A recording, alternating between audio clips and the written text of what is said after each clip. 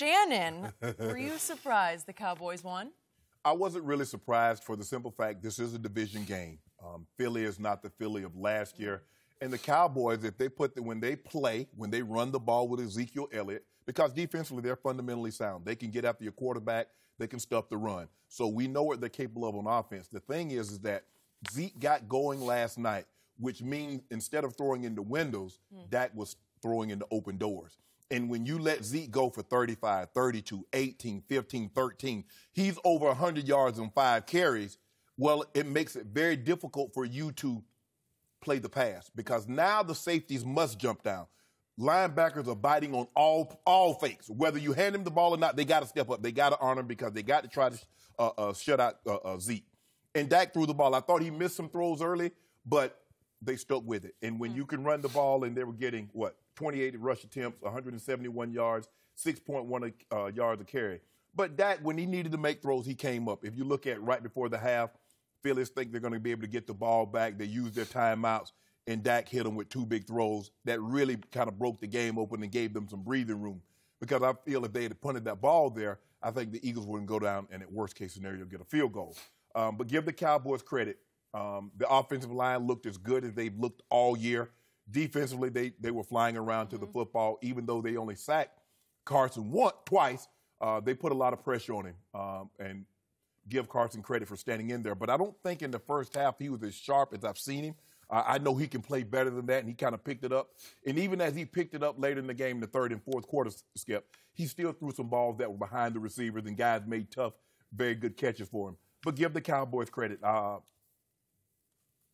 Jalen Smith. Now, the tackling Dutchman, Skip, you can see all of a sudden, you like the tackling Dutchman. But My turn? No. Okay. But the spearhead, the guy that gets it, that Jalen Smith. When you look for a middle linebacker, you look for 2 things in a middle linebacker. Is he sudden and is he violent? Those are 2 things that you want. You look at all the great middle linebackers, the Ray Lewises, the Butkuses, and the Singletaries, and all these guys, Skip, they're sudden and they're violent.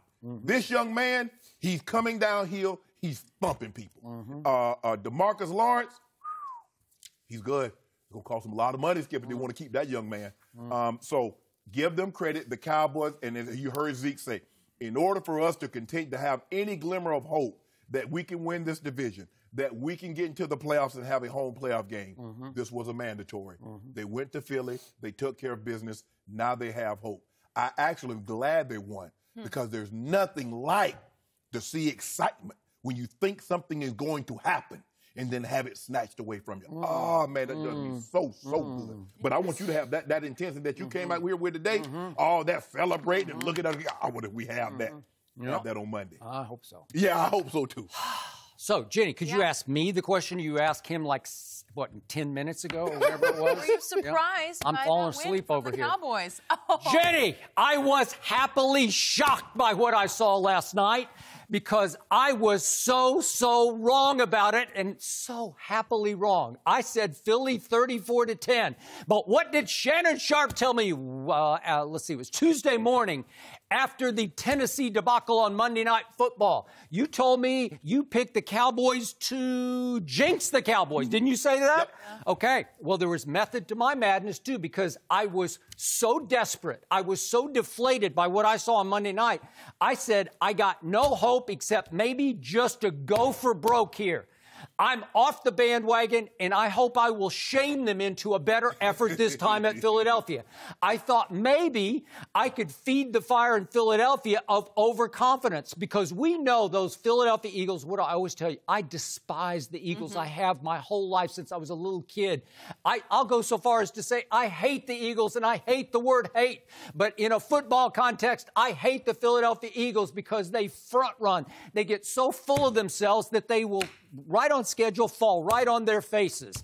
Dougie P., is he going to write a book about last night? How fearless he was last night? I don't know. How about Carson, W-I-N-C-E? Are we going to put him in the Hall of Fame just yet? He's already enshrined on your side of the table, but I'm going to wait just a little bit because he did make the one mistake that was made in the game. He threw an early interception that tilted the playing field in favor of my Cowboys. So, again, am I Am I jumping for joy? Does the schedule, I just told you, the schedule only gets tougher because they have to go to Atlanta, their house of horrors last year, and then it's Washington, who, by the way, has a 2-game lead in the division now on Thanksgiving at Jerry World, and then New Orleans comes to Jerry World, and then the Eagles come to Jerry World. So 3 out of 4 at home, but they've been pretty bad at home. Still, I was as good shocked about last night as I was bad shocked about the Tennessee game. I still can't figure it out, although we saw yesterday once again, Tennessee's pretty good. Defensively. And they are by far the #1 scoring defense in pro football. So should I have seen that coming?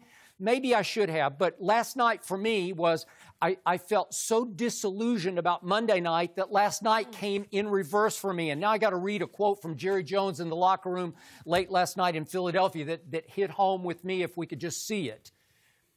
This is Jerry Jones. When you're feeling low and you're seeing the Grim Reaper and then come in and have your team perform the way these guys did, I promise you it's a special feeling. I won't need any wings on that airplane getting back to Dallas. Well, that's how I felt. I was flying in my bedroom last night, like I was just flying around, bumping off the walls because I could not believe what I had just seen.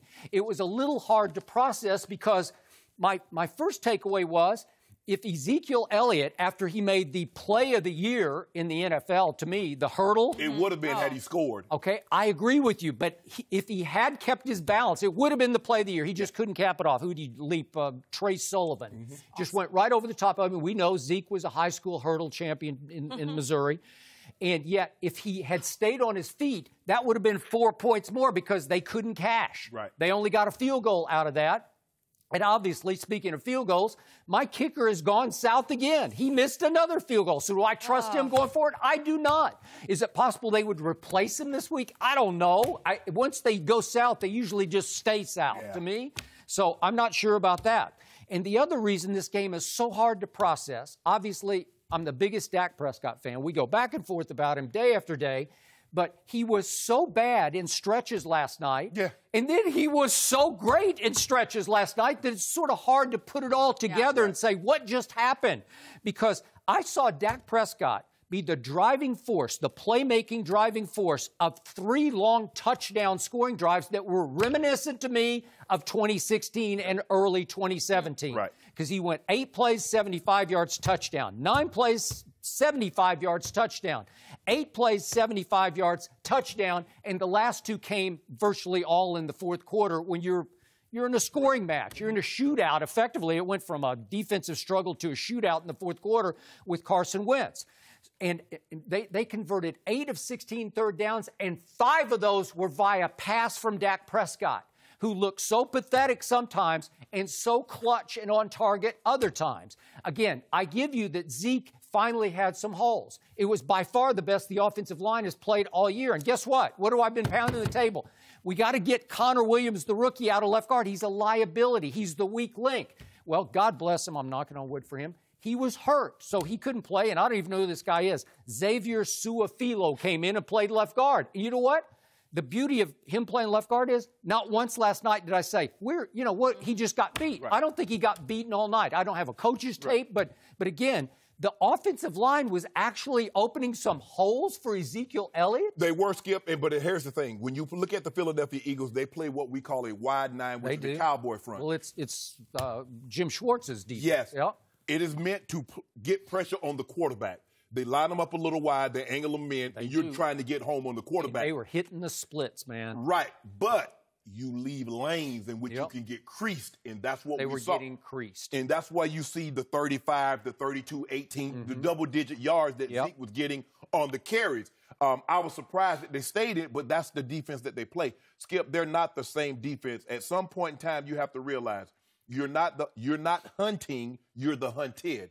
Last year it's not the same. You're not the underdog. Everybody is measuring their success by beating you because they get to tell their team, that's a good football team. That's the defending Super Bowl champs. So it gives them hope. We've seen this before because we see them have big leads, and we should have known this from their defense. We saw this against Tennessee. Have a big lead, Skip, on the road, they give it up. They had a lead against Carolina, they give it up. So we should see that this is not the same defense as what we saw last year. They can't run the football. they're asking Carson to go back and throw the ball as many times, 44 times? I believe that's a bit too much, Skip. Only 16 rush attempts. Last year, when you had Blunt, you had Ajayi, you could run the ball, you could control the time of possession. I think they lost time of possession by 7 minutes. And when you allow the Cowboys to run the ball like they did, because, Skip, if you look at it, Dak was throwing the ball, yeah, but guys were wide open. He was throwing into open doors. Those weren't contested throws. Look at Cole Beasley. Look at Coop. Look at Hearns. Look at those guys catching the ball, Skip. They were wide open. Those are easy throws because you're throwing against man coverage. There's no disguising it. He knows. I saw a lot of plays where there were not easy throws, where he's got people in his face, and he's on his back foot, and he's looking a little gun-shy, and he's looking double-clutch hesitant. Well, yeah, he's clutching the ball, but here's the thing, Skip. Having people in your face and knowing the guy that you're throwing to is wide open is something different than having a guy in your face and having to throw into a small window. But give Dak credit. He hung in there. He made the plays that he needed to make. But like I said, I'm happy. Because guess what? Next week is a different game, Skip. So before we get to next week, I'm staying on this week because my guy Dak Prescott showed me once again what Jerry Jones loves about him. It's why he said after the Washington debacle, when Dak threw for 120 yards in the fourth quarter, and in spite of the turnover that he just gave them 7 points in the end zone, Jerry Jones says, I can win a lot of games with that man playing quarterback that way. Last night, he showed me so much on the road against the defending champs because I'll be the first to admit it. There were times when he just looked overmatched. He looked like a quarterback whose confidence was almost completely shot. And you know what happens at that position? Once you lose it, you just completely go like Nathan Peterman lose it, right? where you've just lost all faith. I don't know if Peterman ever had it. I don't think he ever had it. He might have at Pitt. I don't know. Yeah. But the point is, last night, it looked like he was about to completely lose faith in himself, and then he would just fight back and make big throws.